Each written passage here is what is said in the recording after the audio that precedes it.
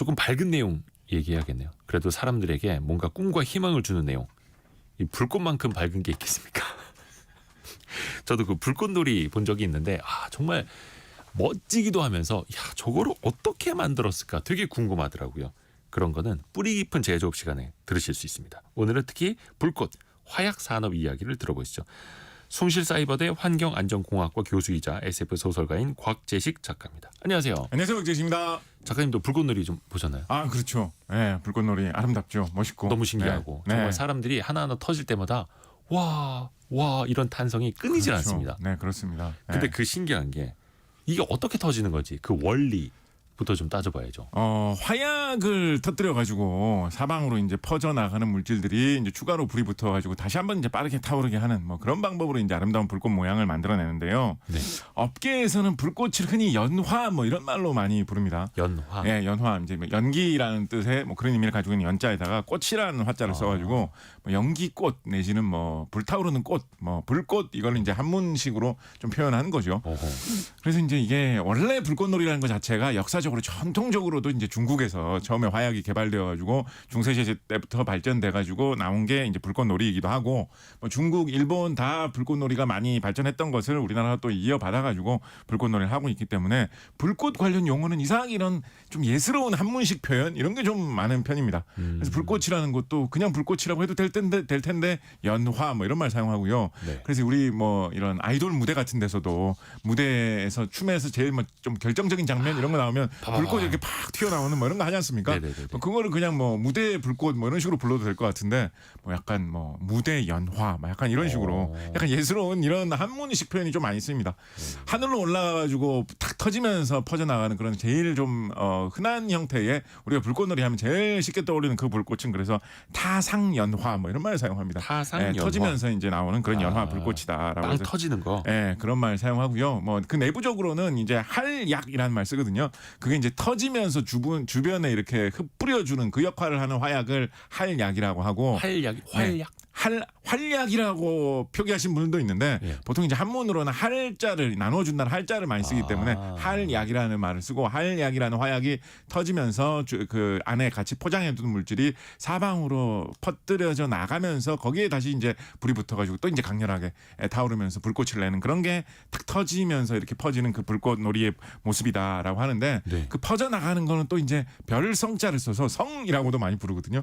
별처럼 터진다. 네. 그래서 그거는 뭐 우리말로 그냥 별이라고 하시는 분들도 있고요. 네. 근데 이거를 굳이 한자로 성이라고 부르는 업계에서는 그런 식으로 약간 한문식 용어를 좀 많이 쓰는 그런 좀 특이한 특징이 있습니다. 화약이라는 게 처음으로 일단 뭐 화약이라는 게 도대체 뭐가 화약이냐라는 네. 것부터 생각을 해보면 주로 이제 산업용이나 군사용으로 사용을 하는 폭발 물질. 폭발을 유도하는 물질 이런 거를 다 이제 화약이다라고 이야기해 볼 수가 있을 텐데요. 폭발이라는 게 굉장히 빠르게 화학 반응이 일어나면서 주변에 충격을 주면 네. 그거를 그냥 대체로 다 폭발이라고 부를 수가 있거든요. 네. 우리가 하다못해 뭐 석유류 뭐 이런 것만 하더라도 석유가 그냥 불 붙이면 뭐 불이 그냥 이렇게 잘 붙고 뭐 맹렬하게 타오르고 이렇게 하지만 그 석유의 어떤 증기가 잘 이렇게 피어오른 상황에서 불이 붙이면 뭐 가스 폭발 이런 식으로 아주 빠르게 불이 붙으면서 주변에 강한 충격을 주는 그런 경우 있지 않습니까? 그래서 이런 것도 어떻게 보면 화약하고 비슷한 용도로 사용할 수가 있다라는 것이죠.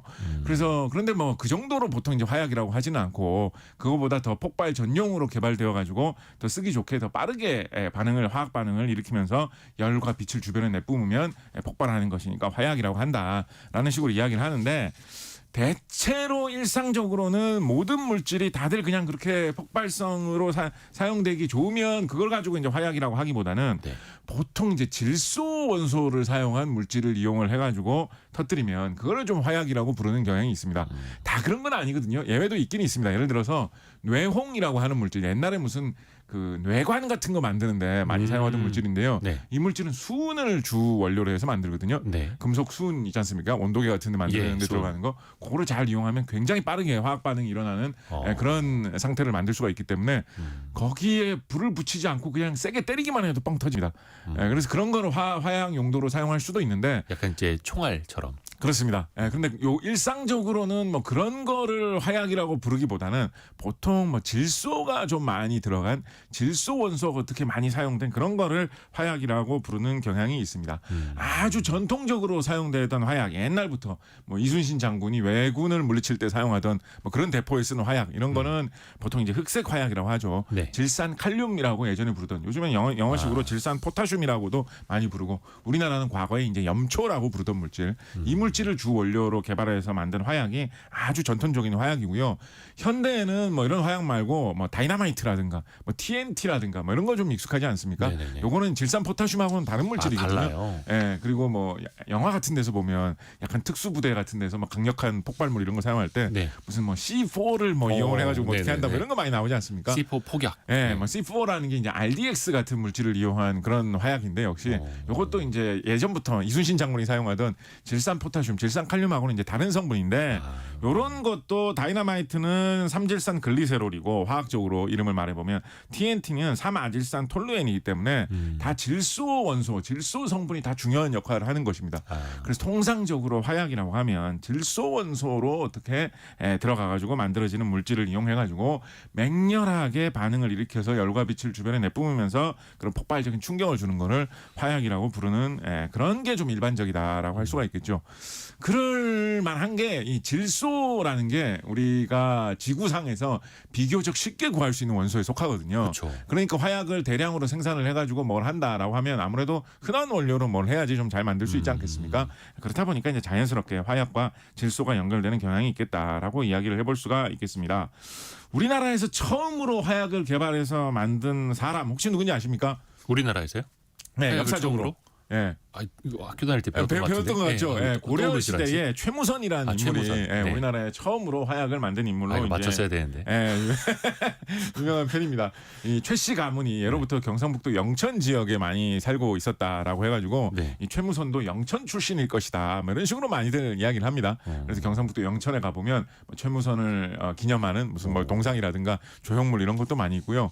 그 최무선도 뭐 대체로 짐작하기로 중국에서 불꽃놀이 하는 그런 거를 보면서, 그리고 중국에서 화약을 수입해 와가지고 불꽃놀이 하는 거를 우리나라에서도 시연하는 걸 보면서 화약이 처음 관심을 갖게 되어가지고 화약 개발에, 자체 개발에, 국산화에 뛰어들었다라는 식으로 많이들 추정을 하고 있거든요. 그렇게 생각을 해보면 약간 최무선의 고향이라고 추정이 되는 경상북도 영천이 어떻게 보면 좀 우리나라에서는 화약의 고향이라고도 할 수 있지 않을까?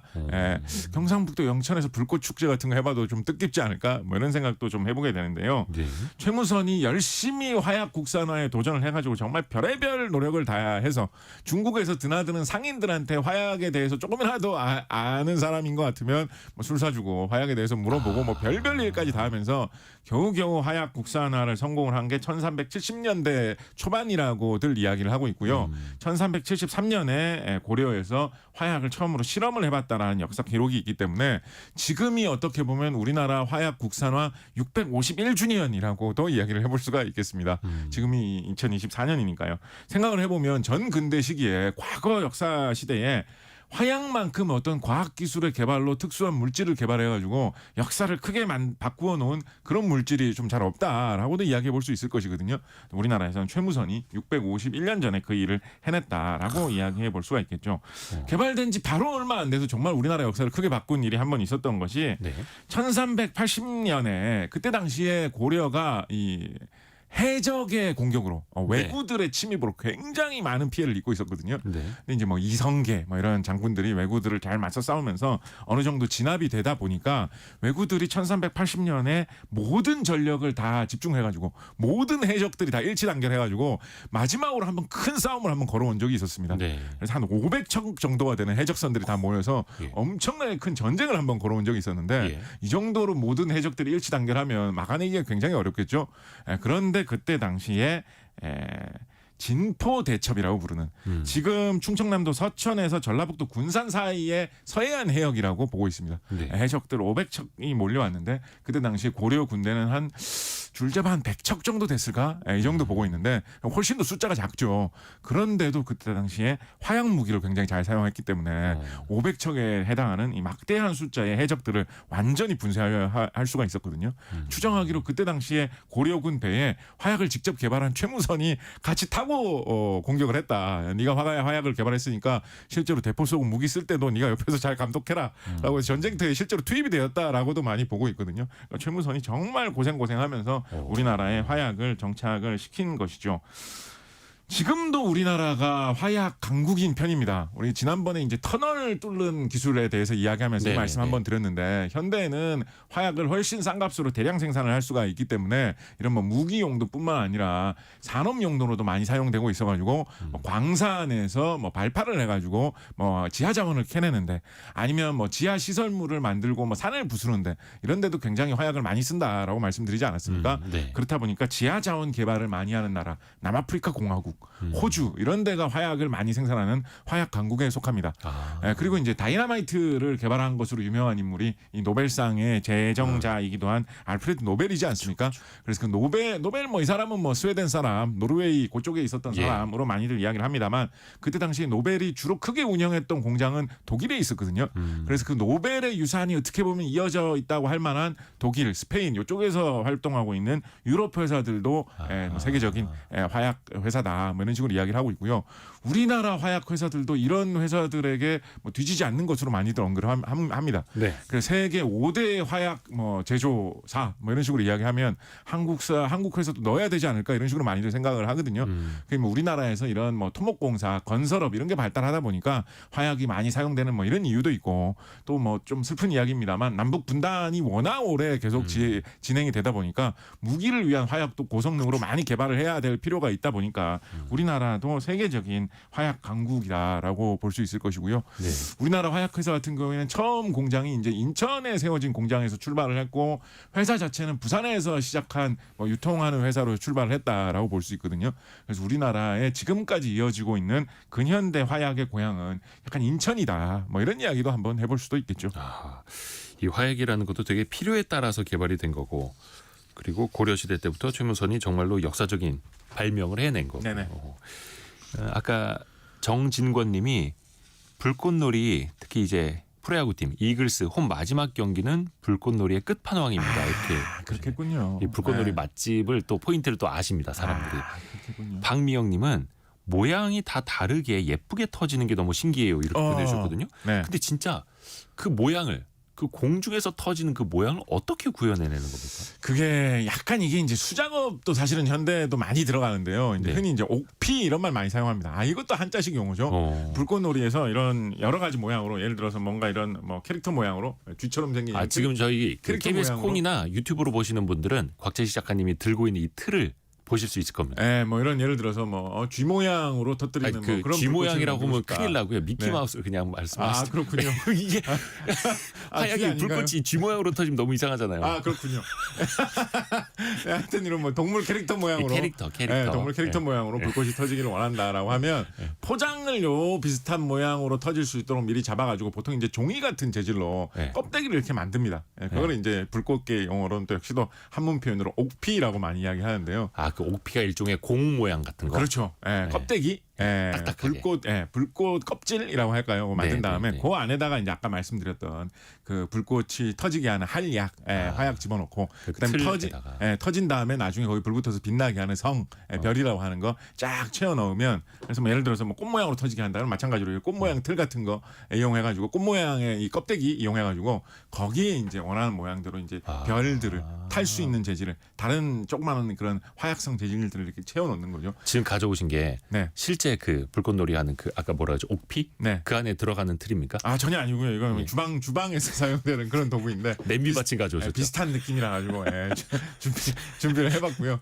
하여튼 그렇게 틀이 중요하고 그렇습니다. 그 틀에 맞춰서 껍질을 성이라고 잘 하는 걸 싸가지고 거기에 이제 별이라고 할 수 있는 성이라고 하는 거. 그걸 하나 맞춰서 이렇게 네. 목걸이 꿰듯이 넣는 거네요. 그렇죠. 쫙 집어넣으면 나중에 이제 공중에 올라가지고 터졌을 때 중앙이 터지면서 그게 껍데기가 찢어지면서 사방으로 튀어나오면 그냥 어느 정도 튀어나가면서 거리로 퍼져나가면서 차례로 이제 불이 붙으면서 공중에서 빛나는 모양을 보여주면 그러니까 계산을 잘 해야 되는 거죠. 그렇죠. 그 되게 정밀하게 네, 계산해야 정밀하게 계산을 해야 되고 실험도 이제 사실 여러 번 해봐야지 이제 정확한 그런 모양을 잘 알 수가 있게 되는 것인데 네. 이게 말만 들어도 야 그게 이제 대충 모양이 이렇게 될 거다라는 건 어느 정도 맞출 수 있겠지만 네. 하늘에서 가지각색의 모양으로 그렇게 모양 맞춰서 폭발하는 거 어떻게 말이 쉽지 그렇게 맞출 수 있을까? 그렇죠. 라고 생각을 해볼 수도 있는데 사실은 이게 뭐 어떻게 보면 장인 정신으로도 가능하다라고 할 수 있는 게 이런 식의 가지각색의 모양을 만들어서 불꽃놀이를 한 역사가 사실은 생각보다 되게 깊습니다. 예. 아까 말씀드렸던 그 최무선 시절 때부터 불꽃놀이 할 때 이렇게 모양을 멋있게 만들어서 터뜨리는 거를 옛날 고려시대 사람들, 조선시대 사람들도 이런 걸 많이 궁리를 했거든요. 그래요. 그래서 조선시대가 되면 연례 행사로 이런 불꽃놀이 행사를 했었는데 그때부터도 불꽃을 이렇게 아름답게 멋있게 모양을 맞춰서 터뜨리는 거에 대한 투자를 많이 했었습니다. 우리 이제 이런 뭔가 이렇게 축하를 위해서 뭔가 터뜨리는 거 이런 거를 폭죽이라고 하지 않습니까? 네, 폭죽. 그래서 불꽃놀이도 어떻게 보면 좀 폭죽놀이의 일종이지 않습니까? 그렇죠. 근데 폭죽이 혹시 무슨 뜻인지 아세요? 말 문자 그대로의 뜻으로. 폭은 뭐 폭발한다는 네, 뜻일 네, 네. 거고 죽. 죽이라는 게 도대체 무슨 글자인지 혹시 아십니까? 먹는 죽은 아닐 거 아니에요. 그 안에서 뭐가 이게 터져 나오는 거 그거 말하는 거 아니에요? 그런데 그 죽이라는 게 한자가 같잖아요. 복죽이란 말. 네. 죽이라는 게 무슨 죽자일까요? 글쎄요. 네, 죽이 대나무 죽자입니다. 대나무 죽자. 그래서 폭죽이 이 화약이 개발되기 이전, 불꽃놀이가 개발되기 이전부터 네. 예로부터 대나무를 터뜨리면서 뭔가 애군을 쫓는다, 좋은 일을 기념한다라는 이런 문화가 좀 있었습니다. 왜냐하면 대나무가 이게 다 대쪽으로 돼 있기 때문에 불 속에 집어넣으면 잘 맞춰서 불 속에 집어넣으면 딱 하면서 터지거든요. 그 안에 공기가 꽉 막혀 있는 부분에 맞춰서 터지면 특히 큰 소리가 날 때도 있거든요. 뻥 터지면서. 예, 그래서 우리나라에서도 예전에 민속놀이 같은 걸로 뭐 정월대보름이나 이럴 때 뭐 예를 들어서 뭐 대불 놓기, 뭐 가래불 놓기 이렇게 하면서 대나무 던져가지고 터지는 소리 내면서 뭐 좋아하고 이런 게 시골에 있었던 적이 있었거든요. 이게 이제 중국에도 이런 문화가 있었기 때문에 예로부터는 대나무 터뜨리는 거를 폭죽이라고 한 것이었는데 화약이 개발되면서 그거를 이제 훨씬 더 화려하고 멋있게 소리도 더 크게 할 수 있는 문화가 불꽃놀이 문화로 생긴 거죠. 그러다 보니까 연례 행사로 뭐 애군을 쫓는다, 뭐 새해를 기념한다라고 하면서 불꽃을 많이 터뜨렸던 건데 조선시대 임금님 중에서는 성종 임금이 불꽃놀이를 정말 좋아했습니다. 그래서 아주 많은 돈을 투자를 해가지고 정말 화려하게 불꽃놀이를 했었거든요. 그때 당시의 기록을 보면 그때 이미 성종 시대면 지금부터 한 600년 전인데 그때 시대에 이미 뭔가 불꽃이 빙빙 돌아가면서 터지는 불꽃 이런 거 개발해서 터뜨렸다. 하늘에서 불꽃을 터뜨리면 포도 모양을 만들면서 포도송이처럼 터뜨리는 불꽃 만들었다. 혹은 뭐 꽃 모양으로 터지는 불꽃을 만들어서 뭐 터뜨렸다. 사람이 불꽃을 등에 지고 가면서 춤을 추면서 불꽃놀이를 하는 거 이런 거 개발해서 했다. 거북이 모양을 만들어 놓고 불꽃을 잘 터뜨리면 거북이 모양의 모형이 불을 뿜는 것 같은 모습이 연출되는 거 만들었다. 이러면서 그게 가능했다고요? 네, 굉장히 화려한 쇼를 이미 조선 성종 시대에 굉장히 많이 했다라고 하거든요. 그래서 이게 굉장히 멋있었다라고 해서 조선 시대 용재 총화 같은 그런 작가들이 쓴 글에도 많이 묘사가 되어 있는데 이 조선 시대다 보니까 신하들이 이걸 가지고 되게 비판도 많이 했어요. 아니 이건 뭐 노는데 이렇게 돈을 많이 쓰시냐고. 이거 너무 화려한 거를 만들어가지고 그냥 쇼를 하는데 너무 예산 낭비하는 거 아니냐고 라고 반대하는 의견이 많이 있었는데 성종 임금이 그때 되게 굳건하게 나는 이거 계속 하겠다라고 하면서 어떻게 보면 핑계일 수도 있고요. 어떻게 보면 정당한 이유일 수도 있는데 그때 제시를 했던 게 뭐냐면 이 불꽃놀이가 내가 그냥 멋있는 거 보자고 하는 게 아니라 이것은 군사에 관련된 일이기 때문에 국방하고 관련된 일이기 때문에 이 일을 멈출 수가 없다라고 화약도 개발이 되고 라고 주장을 했습니다. 이게 좀 어떤 느낌이냐면 1399년 음력 6월 1일 조선왕조실록 기록에 보면 일본에서 온 그런 외국인 사신단 같은 사람들이 있었는데 불꽃놀이 할 때 불러가지고 좀 구경을 하라라고 했다라는 거예요. 이게 이제 궁중에서 하는 이런 연례 행사다 보니까 행사를 할 때는 외국인들 많이 불러가지고 사신단 이런 사람들 많이 불러가지고 구경을 시키거든요. 근데 그때 당시에 본 일본 사람이 너무 화려한 불꽃이 요즘 봐도 불꽃놀이가 신기한데 그렇죠. 600년 전에 그런 거를 볼 수 있으리라고 뭐 요즘처럼 뭐 텔레비전 중계나 동영상으로 그런 거 미리 볼 수 있는 시대도 아니고 그런 거 보면 얼마나 신기했겠습니까? 그래서 일본에서 온 사람이 이거는 사람의 힘으로 하는 게 아니라 신이 하는 것이다. 하늘에서 내려온 신이 하는 것이다. 이렇게 감탄을 했다라는 이야기가 있거든요. 그래서 이게 약간 이런 군사적인 과시 목적이 상당히 강했던 것 같습니다. 외국 사람들이 이렇게 많이 불러가지고 보여주면서 조선은 이 정도 되는 화약 기술력을 가지고 있다. 너네 나라에 이런 거 상상이나 할 수 있느냐. 우리나라에 쳐들어오면 아주 강력한 화약 무기로 아주 쓴맛을 볼 테니까 우리나라에 침략할 꿈도 꾸지 말라. 이런 거를 과시할 수 있는 그런 용도로 불꽃놀이를 했다라는 그렇겠네요. 그런 설명을 하고 있습니다. 1441년 음력 10월 15일 조선왕조실록 기록에는 어떤 이야기까지 있냐면 이때 이제 조선 세종 때거든요. 네. 허조라는 신하가 불꽃놀이를 이렇게 하는 거를 자기가 보다 보니까 불꽃놀이의 품질이 너무 높아가지고 무슨 이야기를 하고 있냐면 우리나라 불꽃놀이의 수준이 당시에 전 세계 최고의 강대국이었던 중국 명나라 불꽃놀이의 수준보다도 어떻게 보면 불꽃놀이 원조 국가죠. 중국이니까. 네. 보다도 우리가 수준이 더 뛰어난 것 같습니다. 그래요? 그러니까 중국 사신이 왔을 때는 불꽃놀이를 좀 하지 맙시다. 이거를 보고 중국에서 우리나라를 견제하거나 압박할 수도 있을 것 같습니다. 너무 잘해서. 네, 그런 이야기를 할 정도로 조선시대에 이 불꽃 기술이 굉장히 발달했던 그만큼 또 화약 기술이 발달했던 그런 적이 있습니다. 네. 어떻게 보면 이제 불꽃놀이를 그때 당시 했던 게 요즘으로 따지면 약간 에어쇼를 하는 듯한 그런 느낌이 있습니다. 요즘 뭐 에어쇼를 한다. 그럼 말이 이제 에어쇼니까 뭐 사람들이 멋있게 비행기 날아다니면서 구경하는 쇼다라고 생각할 수도 네. 있지만 보통 에어쇼를 하면 뭐 국방 관련된 기자들이 다 몰려가가지고 그렇죠. 어느 나라 비행기가 얼마나 성능이 좋고 이 나라 군사력이 얼마나 발전돼 있고 이런 걸 다 가늠하는 그렇죠. 그런 계기로 다 보지 않습니까? 네네. 그래서 조선시대의 에어쇼 역할을 했던 게 불꽃놀이다라고도 이야기를 해볼 수가 있겠죠. 재밌습니다. 김미숙님이 조선시대에도 불꽃놀이를 했다니 놀랍네요. 이렇게 보내주셨고요. 최경민님이 아까 우리 그 폭죽 네네. 대나무 네. 폭발한 그 얘기했을 때 아궁이에 대나무 나오면 큰일 나요. 그렇습니다. 그렇습니다. 한번 해보셨나 보군요. 네, 그렇습니다. 근데 불꽃놀이가 참 좋은데 네. 단점이 있습니다. 네. 너무 빨리 끝난다는 거. 그렇죠. 그리고 또 이게 뭔가 터지는 거니까 네. 터지는 속도를 어떻게 더 길게 어디 늘릴 수가 있을까요? 네, 뭐 물질을 잘 배합을 해가지고 색깔이나 타는 시간을 조절해서 좀 오래 타게 만드는 뭐 이런 방법을 여러 가지로 생각을 해볼 수가 있죠. 네. 그리고 좀 전통적으로 또 많이 사용하는 거는 아까 말씀드렸던 대로 이거를 결국은 화약하고 불에 잘 붙는 물질을 잘 포장을 해가지고 공중에 떴을 때 이거를 차례로 불타게 하는 차례로 터지게 하는 그런 방식이거든요. 네네네. 그래서 어떤 방법을 예로부터 많이 썼냐면 이 심지 있지 않습니까? 불 붙으면 불이 타오르면서 이렇게 계속 타들어가다가 결국에 화약에 닿으면 화약을 폭발시키게 하는 그 심지하고 포장을 잘 조합을 해가지고 처음 불이 붙으면 바로 불꽃이 터지도록 하는 게 아니라 내부에 이 불꽃 터뜨리게 하는 화약은 가만히 있고 심지에만 불이 붙게 하는 이런 식으로 포장을 잘 해가지고 올리는 거죠. 그럼 처음에는 심지에만 불이 붙어가지고 심지가 타들어가다가 심지가 타들어가는데 시간이 뭐 1, 2초 정도 흐른 다음에 그 다음에 본 화약에 닿아가지고 터뜨리는 이런 방식을 사용하기도 하거든요. 그래서 그 심지 길이를 잘 조정한 다음에 요걸 올리면 처음에 일제히 심지에 불이 붙은 다음에 그 다음에 심지에 불이 붙어가지고 타들어간 다음에 터지는 시간은 서로 다르게 돼가지고 이게 시간차를 두고 하나 터지면서 폭발하는 그런 모습을 보면 되게 아름다운 모습을 그리면서 폭발하는 이런 모양도 만들 수 있고 좀 오래 가는 듯한 한번 터지고 이렇게 터지니까 연속적으로. 좀 오랫동안 하늘에서 불꽃이 빛나는 듯한 이런 느낌도 줄 수가 있죠. 그래서 요즘에는 그 음악에 맞춰서 터뜨리더라고. 박자 맞춰서. 신기하죠. 예, 쿵쾅 요즘 팍팍팍. 색깔도 뭐 자유자재로 이게 뭐 주로 금속 같은 거 많이 섞어가지고 터뜨리면 네. 예를 들어서 나트륨, 요즘 소듐이라고 하는데 그런 거 섞어서 터뜨리면 뭐 노란색으로 빛난다. 네. 스트론튬 섞어서 터뜨리면 빨간색으로 빛난다. 뭐 구리를 섞어서 터뜨리면 뭐 파란색 빛난다. 뭐 이런 식으로 돼 있기 때문에 그런 거 이용해서 색깔도 조절하고요.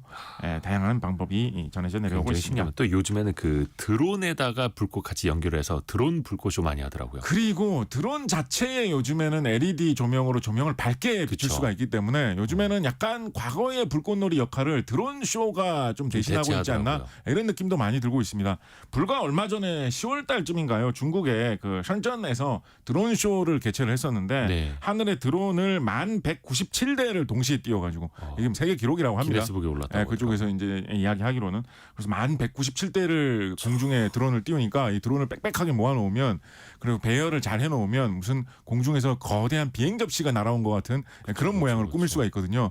그게 뭐 자유자재로 변화하고 막 글자 모양을 만들기도 하고 하니까 이게 예전에 불꽃놀이 보던 것 같은 그런 환상적인 모습을 밤하늘에 펼쳐지는 역할을 하고 있을 뿐더러 이것도 마찬가지로 조선시대에 성종 임금이 과시했던 것처럼 아하. 중국의 드론 기술이 이 정도로 발전했다라는 그쵸. 것도 굉장히 뽐낼 수 있는 계기가 되기도 하기 때문에 이게 어떤 뭐 전자산업이나 드론 그러니까 물류 모빌리티 산업 쪽에서 기술력을 과시하는 것이 되기도 하고 한편으로 보면 요즘은 전쟁에서도 드론이 엄청난 역할을 그쵸, 하고 있기 그쵸. 때문에 이게 좀 군사기술의 과시가 되는 면도 간접적으로 있어가지고 아하. 또 그런 식으로 좀 또 기술이 변천해 가고 있구나라는 생각도 듭니다. 그냥 보기 좋은 것뿐만이 아니라 그 속에 또 의미가 있는 거죠. 그렇습니다. 군사적으로도 또 네. 경제적으로도. 김의경님이 대기 오염은 문제 없나요? 이렇게 질문 주셨는데 그 불꽃놀이 하면 항상 그 화약 냄새 너무나 당연하고 그렇습니다. 약간 좀 재도 조금 날려요. 그렇죠. 그리고 특유의 냄새 같은 네. 게 있잖아요. 약간 시큼한 네네. 냄새들. 네. 이 질산포타슘이 타면서 여러 가지 물질들을 만들어내기 때문에 냄새나는 물질들이 많이 생깁니다. 특히 아까 이 질소가 들어가는 물질들을 이용을 해가지고 여러 가지 화약을 만들어낸다라고 네. 말씀드렸는데 질소라는 원소 자체가 화학 반응을 좀 많이 잘 만들어내는 그런 물질이거든요. 네. 그래서 이제 질소가 들어있는 물질들 중에서 이렇게 코에 들어가서 화학 반응을 활발히 하는 그런 물질들도 많이 있습니다. 코에서 활발하게 화학 반응을 한다라는 말이 강한 냄새를 사람이 느끼게 한다라는 뜻이거든요. 그래서 냄새가 나는 물질들이 많이 있죠. 질소가 들어가 있는 물질 중에 굉장히 우리가 쉽게 생각할 수 있으면서도 아주 강렬한 냄새를 낼 수 있는 물질이 바로 암모니아입니다. 암모니아 뭐 화장실 냄새 그쵸, 하면 그쵸. 떠오르는 그런 물질인데 마찬가지로 질소하고 수소로 되어 있는 질소와 수소가 1대3으로 되어 있는 아주 제일 흔한 질소 계통의 그런 물질 중에 하나입니다. 이게 화약이 암모니아하고 이게 관련이 굉장히 깊은 게 아까 질소 계통의 성분이 화학 반응을 잘하기 때문에 맹렬하게 화학 반응을 일으키는 그런 성질을 이용을 해서 우리가 화약을 만든다라고 말씀을 드렸는데요. 질소하면 공기 중에 질소 기체가 많지 않나라는 생각 우리 충분히 해볼 네. 수 있지 않습니까? 네. 공기의 80%가 질소 기체거든요. 그렇죠. 그리고 뭐 과자 같은 데도 이제 질소 많이 들어가 질소가 있고. 충진되어 있다. 네. 그래서 과자를 샀는데 질소만 이렇게 많냐 뭐 이런 이야기도 양이 너무 적으면 하고 그러지 않습니까? 네, 네, 네. 그래서 질소가 얼뜻 보면 흔한 것 같은데 이게 골치 아픈 게 뭐가 있냐면 예. 아까 질소가 화학 반응을 잘 일으킨다라고 말씀드리지 않았습니까? 그래서 다른 물질하고 뭐 결합하는 화학 반응 이런 거를 질소가 잘 일으키는 편인데 질소가 자기들끼리 있으면 질소가 서로 짝지어서 자기와 자기끼리 달라붙어 가지고 절대 안 떨어지려고 하는 화학 반응을 서로 워낙 잘 일으켜 보니까 나 짝이다라는 식으로 질소끼리 만나서 안 떨어지는 형태로 굳게 쌍쌍이 붙어 있는 그런 모습을 이루게 되거든요. 네. 그리고 질소가 삼중 결합을 이루고 있다. 뭐 화학에서는 이런 식으로 이야기하는데요. 공기 중에 있는 질소 기체는 다 그런 모습입니다. 그래서 공기 중에 있는 질소 기체는 우리가 제일 흔하게 구할 수 있는 질소와 관련된 물질이지만 다른 화학 반응을 추가적으로 더 이상 일으키지 않습니다. 자기들끼리만 쌍쌍이 너무 강하게 달라붙어 있기 때문에 그러다 보니까 이제 과자 봉지 속에 질소 기체를 꽉 채워 넣어도 다른 추가 화학 반응을 일으키지 않고 변질시키지 않고 그대로 가만히 있는 거죠. 그러니까 이제 과자 봉지에 과자 보관하는데 넣기에는 이게 좋은 거죠. 그렇지만 반대로 생각을 해보면 공기 중에 지천으로 질소 기체가 널려 있지만 네. 그거를 가지고 아까 말씀드렸던 화약, 뭐 질산포타슘이라든가 뭐 TNT라든가 이런 걸 만드는데 쓰기가 너무 어려운 거예요. 그래서 화학 반응을 잘하는 질소가 들어가 있는 물질을 뭔가를 어디서든지 구해내야 되거든요. 그래서 옛날부터 사람들이 고민을 많이 했습니다. 과거에는 그 물질을 구하는 방법이 마땅치 않아가지고 그러니까 조선시대 이럴 때는 흙에서 어떤 식으로든지 그거를 파내려고 많이 노력을 했습니다. 그래서 염초청 뭐 이런 기관 같은 게 설치가 돼 있어가지고 염초라는 성분, 화학의 네. 주성분을 찾기 위해서 여기저기에 흙을 들쑤시고 다니면서 아니면 흙이 발효화돼가지고 이 질산포타슘 성분, 화학 반응을 잘하는 질소 성분이 생길 수 있기를 기다리면서 땅을 파헤치는 이런 일들을 하던 그런 관청이 있었습니다. 그래요. 우리나라의 뭐 서울에서는 대표적으로 청계천 근처에 염초청이 있었다라고 해가지고 청계천 지나다 보시면 염초청 터 이런 표지석이 있는 걸 보실 수가 있는데 거기에 옛날식으로 따져서 한옥 한 100칸이 넘는 규모의 예. 거대한 그런 관청이 있었습니다. 염초청 그러니까 어떻게 보면 조선시대에 있었던 우리나라 최대 규모의 약간 화학 공장이죠. 거기에 있던 병사들이 거기서 일하는 사람들이 약간 좀 악명 높았습니다. 왜냐하면 화약을 만드는 게 굉장히 굉장히 중요한 일이다 보니까 예. 여기에 염초가 좀 캘 수 있을 만하다 싶으면 민가에도 들어가가지고 당신의 마당에 염초 좀 많이 있는 것 같은데 우리가 좀 캐가겠습니다. 이러면서 막 들쑤시고 다녔다라고 해서 사람들이 되게 무서워하면서도 좀 싫어하던 그런 관청이기도 했거든요. 그때 당시에 염초를 뭐 알아내는 좋은 방법도 없어가지고 주로 맛을 보면서 염초를 많이 구했다 그래요. 흙을 파가지고 맛을 보면 장인들은 이 맛이 약간 매콤하니 좀 찝찝하니 여기 염초 좀 들어있을 것 같다라는 식으로 많이 작업을 했다라고 하거든요. 그리고 서울의 중구에 보면 염천교라는 지명이 있는데 네네네. 그것도 염초청 옆에 있던 다른 염초청이죠. 아까 말씀드린 염초청과는 다른 염초청 건물 옆에 있던 그런 다리에 있던 곳이라서 염천교 이런 지명이 붙었다라고 하는데 이게 뭐 우리나라뿐만 아니라 역사적으로 예전에는 이 염초 질소가 들어있는 화합물을 구하기가 굉장히 어려웠어가지고 네. 이게 화제가 되는 지명으로 남아있는 그런 곳들이 많이 있습니다. 대표적으로 그 영국의 축구단 중에 보면 아스날 FC라는 데 있지 않습니까? 네. 저는 처음에 거기 얘기를 듣고 아스날이라는 무슨 아스날 시 이런 게 있는 줄 알았어요. 지역 이름? 예, 근데 아스날 FC가 런던 쪽에 있는 그냥 네네네. 구단이거든요. 네. 그래서 아니 런던 FC라고 하면 되지 왜 아스날 FC지라고 했었는데 마찬가지로 거기에 아스날이라는 게 원래 이런 병기 무기 만드는 곳을 아스날이라고 하지 않습니까? 그래서 마찬가지로 거기 화약 만들고 무기 만들던 그런 지역이 있던 지명 쪽에서 출발한 구단이기 때문에 영국의 그 구단도 아스날 FC가 된. 우리나라로 따지자면 약간 뭐 염천교 축구단 약간 이런 느낌이죠. 아스날 FC라는 그 팀 이름도. 약간 상무? 예, 그런 식으로 세계적으로 이런 게 옛날에는 염초 구하는 거 이런 게 쉽지 않고 굉장히 어려웠던 일이었습니다. 그런데 20세기 초에 독일의 프리츠 하버라는 과학자가 하버법이라고 하는 공기 중에 있는 흔한 질소로부터 이 암모니아라는 물질을 암모니아가 아까 말씀드렸던 대로 질소가 들어있는 물질 중에 네. 화학 반응을 굉장히 잘하는 물질이기 때문에 요거를 대량 생산하는 공법을 개발하면서 이분이 이거 개발하고 나서 이제 노벨상도 받으셨죠. 개발하면서 이 암모니아를 이용을 해가지고 추가로 또 가공을 하고 반응을 시키고 가공을 하고 하면 질소가 들어있는 온갖 화학 물질들을 쉽게 만들 수가 있게 되면서 화약을 비롯한 수많은 질소가 들어있는 화학 물질들이 대량 생산될 수 있는 길이 열렸다. 이렇게 보시면 되겠습니다. 이야, 그렇게 해서 이제 암모니아까지도 대량 생산을 하게 됐고, 네네. 암모니아가 어떻게 보면 저 화약에도 들어가 있는 거고 불꽃놀이 할 때도. 그러니까 암모니아가 들어가 있다기보다는 암모니아를 이용해서 질산 포타슘이라는 물질을 만들고 이제 그걸로 화약을 만든다라는 거죠. 한 두 단계 정도 걸쳐서 간다라고 보시면 되겠습니다. 또 우리 생활에서 암모니아를 빼놓고 살 수가 없잖아요. 암모니아가 이게 쓰이는 데가 엄청 많습니다. 네. 일단은 제일 많이 쓰이는 데가 비료를 생산하는데 암모니아가 굉장히 많이 쓰이고요. 그래서 뭐 19세기에는 그런 얘기 들어보셨죠? 멜저스라는 과학자가 뭐 이런 이야기가 여기저기서 많이 나왔습니다.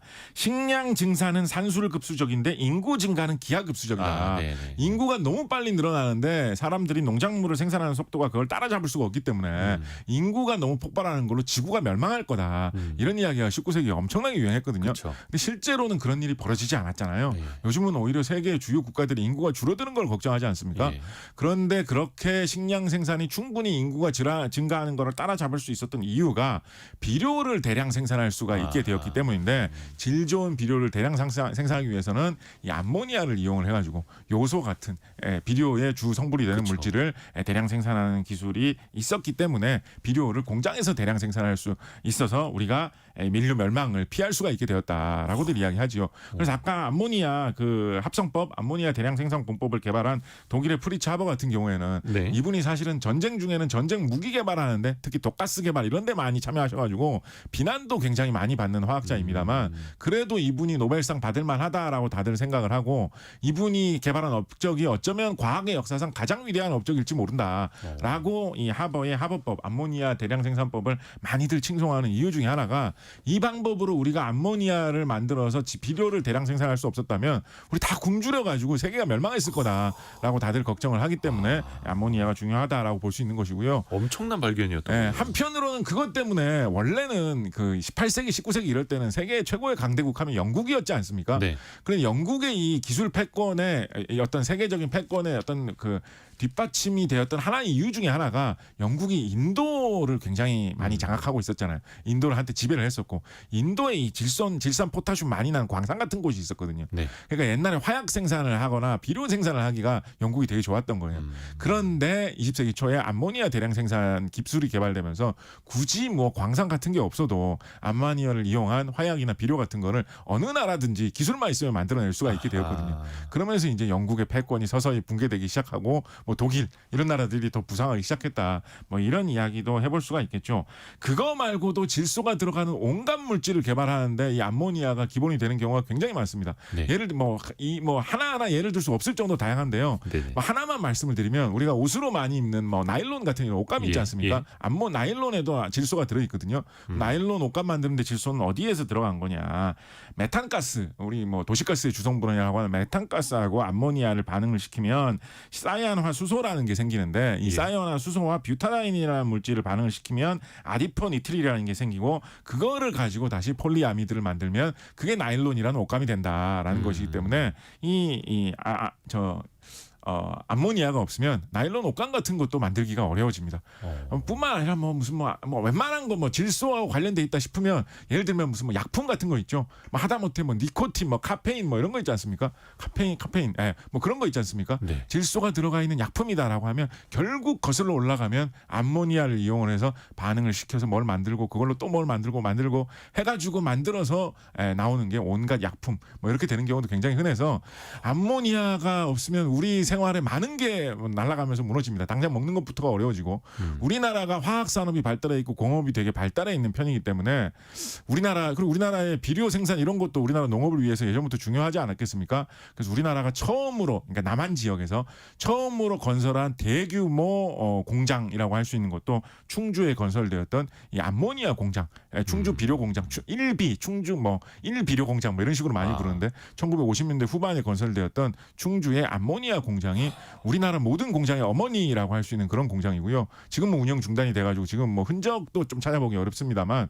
그래서 한때는 우리나라도 암모니아 생산을 많이 했습니다. 네네네. 그런데 이제 워낙에 이 암모니아 만들 수 있는 기술이 세계적으로 많이 퍼져서 지금은 개발도상국들이 많이 따라오다 보니까 우리나라는 2011년을 마지막으로 울산 공장이었을 거예요. 가동이 끝나면서 암모니아 내부적으로 자체 생산하는 거 국산 암모니아는 생산이 끝난 상태고요. 지금은 암모니아를 전량 수입을 하고 있는데 그래도 우리나라가 공업이 워낙 발전한 편이기 때문에 1년에 암모니아 수입하는 양이 연간 한 120만 톤 이상이 됩니다. 세계 한 4대 암모니아 수입국 정도 돼요. 우리나라가. 워낙에 암모니아가 여러 군데 많이 사용이 되고 있기 때문에 옷감이나 무슨 뭐 고무 만드는데 이런 데도 암모니아가 음으로 양으로 쓰이는 데가 많아서 그래서 암모니아가 우리의 산업을 굉장히 많이 떠받치고 있다라고도 이야기해 볼 수가 있겠습니다. 그렇죠. 또 나중에 또 수소 경제 시대 되면 수소를 그렇습니다. 만들기 위해서도 또 암모니아가 주요하게 쓰일 수 있다. 왜냐하면 운반을 할 때 암모니아 방식으로 운반을 해놓고 나중에 거기서 또 수소를 그렇죠. 추출해내고. 그래서 뭐 그런 그린 것도 수소를 연구가 그린 암모니아를 만드는 데 쓴다. 뭐 이런 이야기도 요즘 많이 각광받고 있죠. 한정남님이 암모니아가 그렇게 중요한지 몰랐습니다. 그렇죠. 사실 우리가 암모니아 하면은 그냥 화장실 냄새 그렇죠. 이렇게들 많이 떠올리잖아요. 그렇죠. 그래서 화장실 냄새를 맡으실 때마다 이게 우리 지구를 멸망해서 구해내준 냄새다. 우리나라 산업계를 떠받쳐준 그런 냄새다. 고마운 냄새다. 우리나라 최초의 우리나라 모든 공장들의 어머니가 되었던 공장이 바로 이거를 만들던 공장이다. 아니 그 이런- 속담이 네네. 언발의 오줌 누기 네네. 여기에도 그 암모니아가 어떤 작용을 하는 게 맞습니까? 암모니아가 작용할까요? 그건 온도 때문에 작용하는 게 말이 되는 게 아닌가 싶기도 한데요. 네. 언발까지는 모르겠습니다만 과거에는 이 암모니아 성분 같은 거 이용을 해가지고 예. 뭔가 씻는 용도로도 사실 많이 사용하기도 했습니다. 화학 반응을 잘 일으키기 때문에 오염 물질과 화학 반응을 일으켜가지고 그걸 제거해주는 그런 역할을 하는 용도로 암모니아 쓰기도 했었거든요. 그래서 뭔가 세탁이나 뭐 표백 이런 걸 할 때도 암모니아 내지는 암모니아를 이용해서 만든 물질을 이용을 해가지고 세탁 용도로 사용하던 뭐 그런 시절도 있었다라고 하죠. 최경민님이 불꽃놀이에서 암모니아까지 감사합니다. 역시 곽지식 작가님 통하면은 우리가 정말 많은 걸 배울 수 있습니다. 벌써 시간이 다 갔습니다. 그렇군요. 시간 순삭. 그렇군요. 곽지식 작가였습니다. 고맙습니다. 감사합니다.